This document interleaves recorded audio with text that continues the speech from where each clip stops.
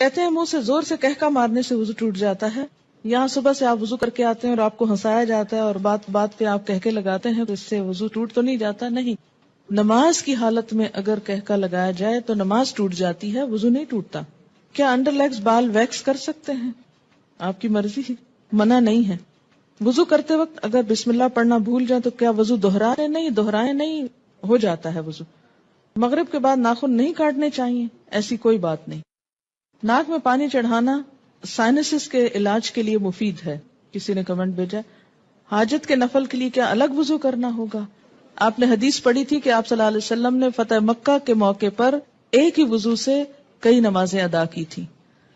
Sheraton میں ایک aunty wash room کے ٹائلز پر تیمم کر رہی تھی. میں نے کہا ٹائلز کی دیوار پہ تیمم نہیں ہوتا، لیکن وہ کرتی نہیں. جی ہاں، ٹائلز پہ تیمم نہیں ہوتا اس لیے کہ وہ تو پکی ہوئی مٹی ہے، سعیدن طیبن ہے جس کے اوپر ہوتا ہے، تو وہ سعید کی اس میں نہیں آتا.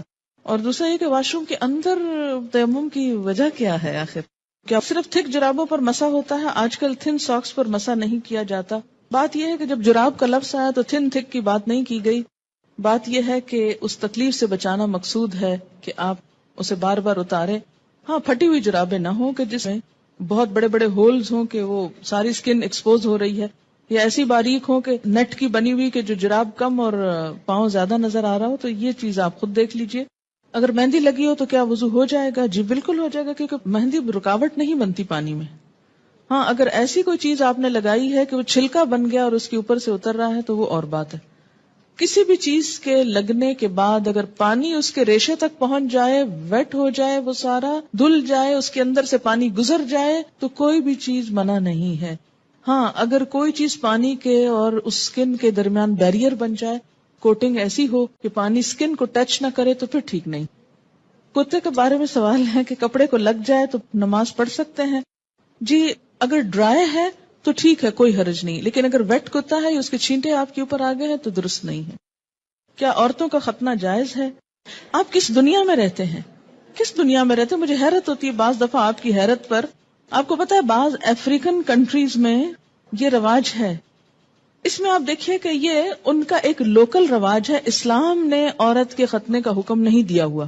یاد رکھیے کسی حدیث میں عورت کے ختنے کی بات نہیں آتی، مردوں کے ختنے کی بات آتی ہے، اور ان کے لیے تو پروو ہو چکا ہے کہ ان کی صحت کے لیے ضروری ہے. لیکن اگر کسی خاص علاقے میں یا کسی خاص کلٹ میں ایسی کوئی چیز ہے تو وہ ان کا لوکل کلچر ہے. It's nothing to do with Islam. اور اس پہ بہت پروپیگنڈا بھی ہو رہا ہے، آپ کو پتا ہے. میں نے خود کئی جگہ پر یہ پڑھا ہے کہ اسلام نے عورت پہ بڑے ظلم جو ڈھائے ہیں، ان میں سے ایک ظلم یہ بھی ہے کہ بعض علاقوں میں عورت کے ختنے ہوتے ہیں. یہ اسلام نے ظلم نہیں ڈھایا، یہ لوکل کلچر کی بات ہے. اور اگر کسی علاقے کا کلچر ایسا اور پھر انہوں نے اسلام قبول کر لیا اور کلچر بھی ساتھ ساتھ رکھا. اب مثلاً آپ کسی دن یہ پروپیگنڈا شروع کر دیں کہ جو کانچ کی چوڑیاں ہوتی ہیں اگر ٹوٹ جائیں تو عورت بیچاری کا وہ خون نکال دیتی ہیں اور یہ بڑا ظلم ہے، اس لیے ان کو بنانا بند کرنا چاہیے. تو اب یہ اسلام نے تھوڑی آپ کو کہا کہ آپ کانچ پہنے. آپ کا لوکل کلچر ہے، کسی اور ملک میں ایسا نہیں ہوتا، تو آپ کی مرضی، آپ پہنے نہ پہنے، پہنے تو احتیاط کریں، نہیں پہنے تو نہ پہنے. بہت ساری چیزیں ایسی ہیں کہ جس میں اسلام نے نہ کرنے کو کہا ہے اور نہ چھوڑنے کو کہا ہے. بہت سے لوگ کہتے ہیں کہ دیوار پر ہاتھ مار کر تیمم ہو جاتا ہے اگر اس پر مٹی ہو. کہ قرآن پاک کی آیت کیا ہے؟ سعیدن طیبن. پلین میں پانی موجود ہے، واش روم بھی ہے، لیکن جا کر کرنا مشکل ہے تو کیا تیمم کر کے نماز پڑھ سکتے ہیں؟ وہاں وضو کی جگہ کتنی ہوتی ہے یہ بھی بتائیے. دوسری بات یہ کہ جو لمبی فلائٹس ہوتی ہیں اس میں بعض حضرات وضو کر کر کے پانی اس طرح ختم کر دیتے ہیں کہ اس کے بعد میں جانے والوں کو بیچاروں کو ہاتھ دھونے کے لیے بھی کچھ نہیں ملتا. میں خود اس بات کی عینی شاہد ہوں. اس لیے جہاں پانی صرف وقتی استعمال کے لیے رکھا گیا ہو وہاں آپ اس سے زیادہ استعمال کر کے دوسروں کا حق نہ مارے. ہاں، آپ پوچھ لیں جہاز والوں سے کہ اس میں 300 لوگوں کے وضو کا اہتمام ہے تو ٹھیک ہے، کر لیں. اگر غسل کرنے کے بعد استنجا کیا جائے تو کیا وضو قائم رہے گا؟ نہیں. اگر صابن لگاتے ہوئے یا ویسے دوبارہ انسان کا ہاتھ ایسی جگہ کو چھو جائے کہ جس کے چھونے سے وضو ٹوٹ جاتا ہے تو غسل کے بعد پھر دوبارہ وضو کرنا ہوگا. کیا وضو کے بغیر حدیث کے ٹیکسٹ کو چھوا جا سکتا ہے؟ چھوا جا سکتا ہے. غسل پاکی میں غراروں کا حکم ہے؟ نہیں، ایسا کوئی حکم نہیں ہے. یعنی کلی کرنا کافی ہے، گلے میں پانی ڈال کے غرارے کرنا ضروری نہیں. کسی نے مسئلہ پوچھا کہ انٹر کورس کے بعد پاک ہو جاتی ہے اور نماز بھی پڑھ لیتی ہے لیکن اس کا ڈسچارج ہوتا رہتا ہے تو اس صورت میں کیا کریں؟ ایک دفعہ نہانے سے پہلے اپنی طرف سے پوری صفائی کر لی جائے، اگر اس کے بعد کوئی ایسی چیز ہو تو دوبارہ بس وضو ہی کافی ہے۔ کیا ریزر کا استعمال کر سکتے ہیں؟ جی کر سکتے ہیں۔ MATTE، یہ کس قسم کی لپسٹک ہوتی ہے؟ صرف لپسٹک ہوتی، کیا اس سے وضو ہو جاتا ہے یا پانی ہونٹوں تک نہ پہنچے گا؟ میں نے کبھی لگائی نہیں، اس لیے مجھے پتہ ہی نہیں کہ یہ کیسی لپسٹک ہے۔ یاد رکھیں کہ چھوٹے چھوٹے سوال اس طرح کے پوچھنے کے بجائے شریعت کا ایک اصول یاد رکھیں۔ ہر وہ چیز جس سے پانی سکن تک پہنچنے میں رکاوٹ نہیں ہوتی اس سے وضو ہو جاتا ہے۔ کوئی بھی چیز جس کے لگنے سے پانی سکن کو نہیں چھوتا، خواہ وہ کچھ بھی ہو، وضو نہیں ہوگا۔ وضو کرنے کے بعد اگر ٹی وی دیکھیں تو کیا وضو ٹوٹ جاتا ہے؟ اس میں بھی کیا اصول کار فرمائے؟ یہ میں نے سوال، مجھے معلوم تھا کہ یہ کوئی ایسا نہیں، لیکن میں نے جان بوجھ کے پڑھا ہے۔ کیوں جان بوجھ کے پڑھا ہے؟ اس سے آپ کو سکھانا، کہتے ہیں نا کہ ضروری نہیں کہ ایک بہت اچھے سوال سے انسان سیکھے، بعض اوقات ایک ایسے مذاقہ خیز سوال سے بھی کچھ سیکھ سکتے ہیں آپ۔ کیوں؟ اس لیے کہ جب تک شریعت کے جو احکامات ہیں ہمارے لیے ان کی علت نہیں معلوم ہوگی، وجہ نہیں معلوم ہوگی، اس وقت تک ہم سمجھ نہیں پائیں گے۔ پہلی بات تو یہ کہ وضو ٹوٹنے کے اسباب یا علت کیا ہے، کیا وجہ ہے کہ شریعت نے دوبارہ وضو کرنے کے لیے کہا ہے؟ کہ جسم کے اندر سے ناپاک ڈسچارج جب نکلتا ہے، مثلا بہت سے لوگ مجھ سے پوچھتے ہیں بچوں کو دودھ پلانے سے وضو ٹوٹ جاتا ہے؟ نہیں ٹوٹتا۔ اس طرح تو ماں کو ایک عذاب میں ڈال دیا جائے کہ بچے بعض اوقات ایسے ہوتے بہت تنگ کرتے ہیں، ان کو ایک عادت ہو جاتی، جو بچے بڑے ہوتے ہیں ان کو عادت ہو جاتی کہ ہر تھوڑی دیر میں آ کے ماں کو تنگ کرتے ہیں کہ دودھ دو، بعض اوقات ماں کو مارنا شروع کر دیتے ہیں، پریشان کرتے ہیں۔ اب ماں صرف اس لیے مار کھاتی رہے کہ میرا وضو ہے، اور بعض اوقات یہ کہ 2 سنت پڑھی آپ نے اور فرض پڑھنے کے درمیان میں بچے نے شور مچانا شروع کر دیا، بجائے اس کے کہ آپ فرض پڑھیں، آپ پہلے کیا کریں، اسے دودھ پلا لیں، اور آپ اس لیے نہ پلائیں کہ وہ میرا وضو نہیں رہے گا تو بچہ شور مچا مچا کے سب کو جگا ڈالے، اور پھر یہ کہ آپ نماز میں بھی کوئی توجہ نہ ہو کہ وہ چیختا ہے چلاتا رہے، میں پہلے نماز پوری کر لوں پھر دودھ پلاؤں گی۔ تو اسلام نے ایسے احکام نہیں دیے، اس میں کیا حکم ہے کہ آپ دودھ پلا سکتی۔ اسی طرح بعض اوقات زکام ہو جاتا ہے آپ کو، تو زکام سے وضو نہیں ٹوٹتا آپ کا، اگرچہ وہ ناک سے کوئی ناپاک ڈسچارج بھی نہیں، لیکن اس کو صاف بھی نہیں کہہ سکتے، طیب بھی نہیں آتا، ہاں اس سے بھی وضو نہیں ٹوٹتا۔ اسی طرح آنسو ہے، آنسو سے بھی وضو نہیں ٹوٹتا کہ ایک شخص ایک گھنٹہ رو لیا ہے اور اس کے بہت آنسو بہ لیے، تو اس سے بھی اگر زیادہ بہا سکتا تو بہا لے اپنا دل ٹھنڈا کرنے کو، وضو نہیں ٹوٹے گا۔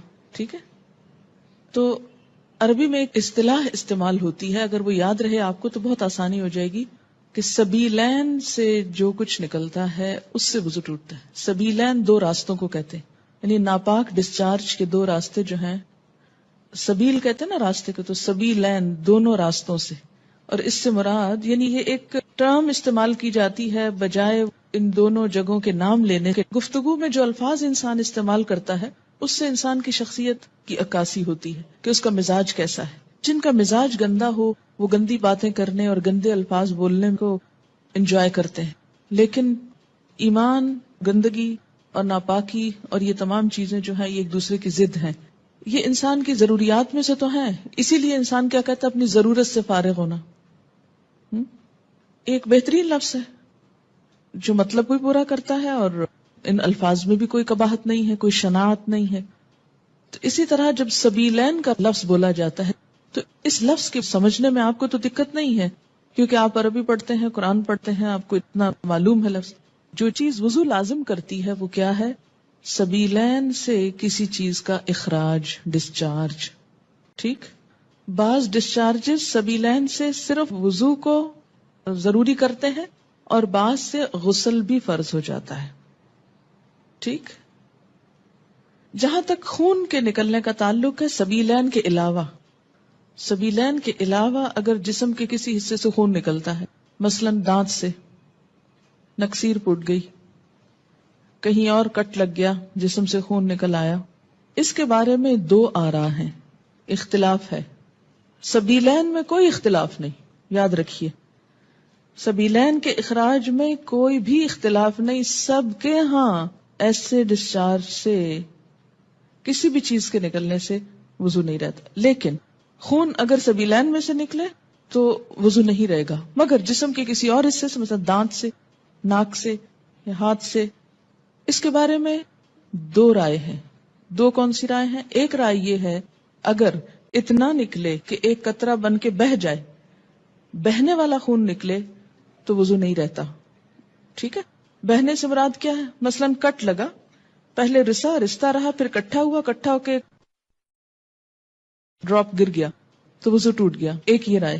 دوسری رائے کیا ہے اس میں کہ نہیں، اس سے وضو نہیں ٹوٹتا، اور وہ دلیل کیا دیتے ہیں کہ حضرت عمر رضی اللہ تعالیٰ عنہ کو جب نماز میں شہید کیا گیا تھا تو انہوں نے نماز چھوڑی نہیں، یا حضرت علی رضی اللہ تعالیٰ عنہ کا جب تیر نکالا گیا تھا نماز کی حالت میں تو انہوں نے نماز توڑی نہیں تھی. ظاہر ہے تیر نکلا تو کیا خون نہ نکلا نا.